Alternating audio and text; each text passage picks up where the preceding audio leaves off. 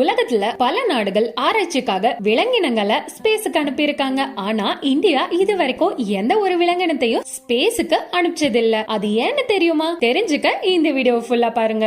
Bio ஆஸ்ட்ரோநாட்டிக்ஸ்ங்கிற research study மூலமா அனிமல்ஸ ஸ்பேஸுக்கு அனுப்பி அங்க மனிதர்களால வாழ முடியுமாங்கிறத சயின்டிஸ்ட் டெஸ்ட் பண்ணுவாங்க. அந்த வகையில Argentina, France, Soviet union, US, China, Japan, Iran போன்ற நாடுகள் இதுல முன்னோடியா இருக்காங்க. இது வரைக்கும் ஸ்பேஸுக்கு பல விலங்குகளை அனுப்பியிருக்காங்க. அதுல சில விலங்குகள் திரும்பி வந்திருக்கு. ஆனா சில விலங்கினங்களுக்கு அது ஒன் வே ட்ரிப்பா மட்டுமே தான் இருந்திருக்கு. அப்படி அனுப்பப்பட்டு இறந்து போன அனிமல்ஸ்ல முதல்ல நம்ம பார்க்க போறது பிரான்ஸ் கவர்மெண்டால ஸ்பேஸ் மிஷனுக்கு வாங்கப்பட்ட ஃபெலிசெட்ங்கிற பூனையத்தான். இதுதான் ஸ்பேஸுக்கு போன முதல் பூனை. இது ஸ்பேஸுக்கு போறதுக்கு முன்னாடி அதோட மூளையில ஏற்படுற மாற்றங்களையும் அதோட மூளையோட செயல்திறன் எப்படி இருக்குங்கிறத தெரிஞ்சுக்க அதோட மூளைக்குள்ள டைரக்டா எலக்ட்ரோட்ஸை இன்சர்ட் பண்ணாங்க சயின்டிஸ்ட். இந்த பூனை ஸ்பேஸ்ல இருக்க சூழ்நிலையை தாங்கிறதுக்காக பல டெஸ்ட் அண்ட் ட்ரைனிங்கும் கொடுத்தாங்க. அந்த டெஸ்ட் பாஸ் பண்ணதுனால ஃபெலிசெட்டை ஸ்பேஸுக்கு அனுப்ப முடிவு பண்ணி 1963ல பிரான்ஸ் ராக்கெட்டை லான்ச் பண்ணாங்க. 157 கிலோமீட்டர்ஸ் ஹைட்டை ரீச் பண்ண அந்த ராக்கெட்டுக்குள்ள இருந்த ஃபெலிசெட் தான் உலகத்தோட முதல் ஸ்பேஸுக்கு போன பூனைங்கிற சாதனையா படைச்சது. திரும்பி பூமிக்கு அந்த பூனை இருந்த கேப்சூல் வந்து அடைஞ்சது. அந்த பூனையும் உயிரோட நல்ல கண்டிஷன்ல வந்தது. ஆனா சயின்டிஸ்ட் நெக்ரோப்சிங்கிற பிரேத பரிசோதனைய பண்ணணும்னு நினைச்சு அந்த பூனைய 2 மாசத்துக்கு அப்புறம் கருணை கொலை பண்ணிடுறாங்க. பூனையோட மூளையில என்னென்ன மாற்றங்கள் ஏற்பட்டிருக்குன்னு ஆராய்ச்சி செய்ய தான் இத பண்ணாங்க.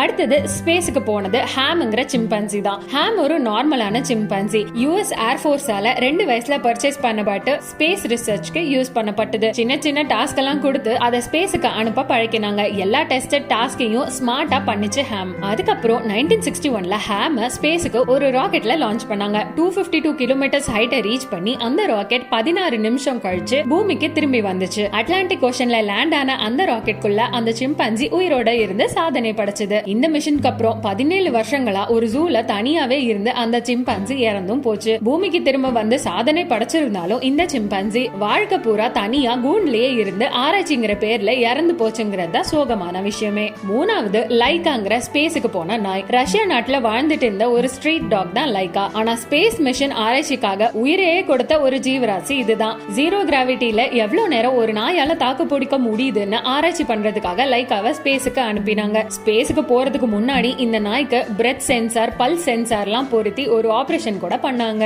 1957ல ரஷ்யா லைகாவை ஸ்புட்னிக் 2 ராக்கெட்ல விண்வெளிக்கு ஏவுனாங்க. ஆனா இது லைகாக்கு ஒரு சூசைட் மிஷனா மாறிச்சு. ஏன்னா லைகாவை பூமிக்கு திருப்பி கொண்டு வர எந்த வழியுமே இல்ல. முதல்ல கொஞ்சம் மணி நேரங்கள் எல்லாமே நார்மலா தான் போயிட்டு இருந்தது. ஆனா அதுக்கப்புறம் ராக்கெட்டோட கூலிங் சிஸ்டம் பழுதடைஞ்சதுனால சில நிமிஷத்திலேயே ஓவர் ஹீட்டிங்னால லைகா உள்ளேயே இறந்தும் போச்சு. மொத்தமாவே 7 மணி நேரம் மட்டும் தான் மிஷன்ல இருந்துச்சு லைகா. 2000 முறை இறந்து போன லைகாவோட அந்த ராக்கெட் பூமியோட ஆர்பிட்ட சுத்திட்டு இருந்துச்சு. ஆனா லைகா இறந்துருச்சுன்னு ரஷ்யா கவர்மெண்ட் வெளியே சொல்லவே இல்ல. விண்வெளிக்கு போய் 162 நாட்கள் கழிச்சு அந்த ராக்கெட் பூமிக்கு திரும்பி வந்துச்சு. ஆனா வந்த வேகத்துல அந்த ராக்கெட் முழுசா எரிஞ்சிருச்சு. உள்ள இருந்த லைகாவும் சாம்பல் ஆயிருச்சுங்கிறது தான் மோசமான உண்மை. இதோட ஞாபகார்த்தமா ஒரு சிலையும் அமைச்சாங்க. இது எல்லாமே ராக்கெட்டால விண்வெளிக்கு போன விலங்குகள். ஆனா ராக்கெட், ஏரோப்ளேன்ஸ் கூட இல்லாத காலத்துல விண்வெளிக்கு போன அனிமல்ஸ் கூட இருக்குங்க. ஸ்பேஸுக்கு 18வது செஞ்சுரியில இருந்தே சேவல், வாத்து, மான் போன்ற விலங்குகள் அனுப்பப்பட்டதாம். ஆனா அந்த காலத்துல ஹாட் ஏர் பலூன்ஸ் மூலமா அனுப்பி வைக்கப்பட்டது. அது மட்டும் இல்லாம பழ ஈகள்னு சொல்லப்படுற ஃப்ரூட் ஃபிளைஸ் V2 ராக்கெட் மூலமா அனுப்பப்பட்டது. அதுதான் ஸ்பேஸுக்கு போன முதல் உயிரினம். அடுத்த 2 வருஷங்கள்ல மைக்ரோ கிராவிட்டியை ஆராய ஆல்பர்ட் 2ங்கிற ரீசஸ் மங்கியை அனுப்பினாங்க. ஆனா அந்த குரங்கு போன ராக்கெட்டோட பாராசூட் ஃபெயிலியர் ஆகி குரங்கு இறந்துருச்சு.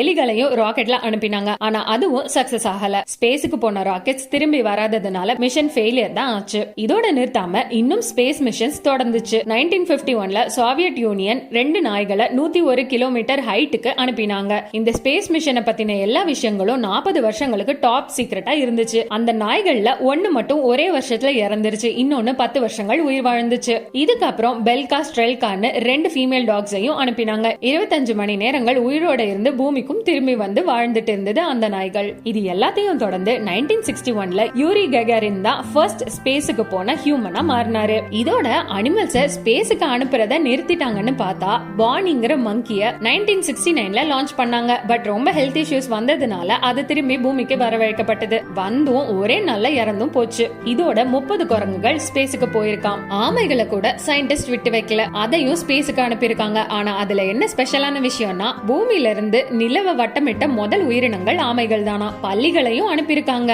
தவளைகள், முயல்களை கூட யூஸ் பண்ணிருக்காங்க. பல முறைகள்ல ராக்கெட் லான்ச் ஆகிறதுக்கு முன்னாடியே வெடிச்சிருக்கு. சில ராக்கெட்ஸ் விண்வெளிக்கு போய் எரிஞ்சிருக்கு. விலங்குகள் அங்கேயே இறந்தும் போயிருக்கு. கீழே திரும்பி வந்ததும் விலங்குகள் இறந்து போயிருக்கு. ஆராய்ச்சிக்காக உயிரே தியாகம் செஞ்ச விலங்குகளுக்கு சிலைகளும் புத்தகத்துல ஒரு செய்தியாவும் மட்டுமே இடம் இருக்குங்கிறத ரொம்ப சோகமான விஷயம். இது எல்லாத்தையும் தாண்டி இந்த ஆராய்ச்சிகள் மூலமா நம்ம உடம்பு எவ்வளவு தூரம் விண்வெளியில தாக்கு பிடிக்க முடியும், வாழ்றதுக்கான சாத்தியக்கூறுகளையும் கண்டுபிடிச்சிருக்காங்க. பல நாடுகள் இப்படி அனுப்பிச்சாலும் சிலது சக்சஸ் ஆச்சு, பலது தோல்வியில தான் முடிஞ்சிச்சு. ஆனா இந்தியா மட்டும் விலங்குகளும் உயிருள்ள ஜீவராசிகள், அதை எப்பவும் துன்புறுத்தி ஆராய்ச்சி பண்ண மாட்டோம், செடேட்டிவ்ஸ் செலுத்தி விண்வெளிக்கு அனுப்ப மாட்டோங்கிறதுல உறுதியா இருக்கு. ஏன்னா விண்வெளியில ஏற்படுற ரேடியேஷன்ஸ மனுஷங்களால தாங்க முடியாதுன்னா விலங்குகள் எப்படி தாங்குங்கிற கேள்வியையும் முன்வைக்கிறாங்க. ஹியூமனாய்டு ரோபோட்ஸை மட்டும் தான் விண்வெளிக்கு ஆராய்ச்சிக்கு யூஸ் பண்ணுவோம்னு இந்தியன் சயின்டிஸ்ட் சொல்றாங்க.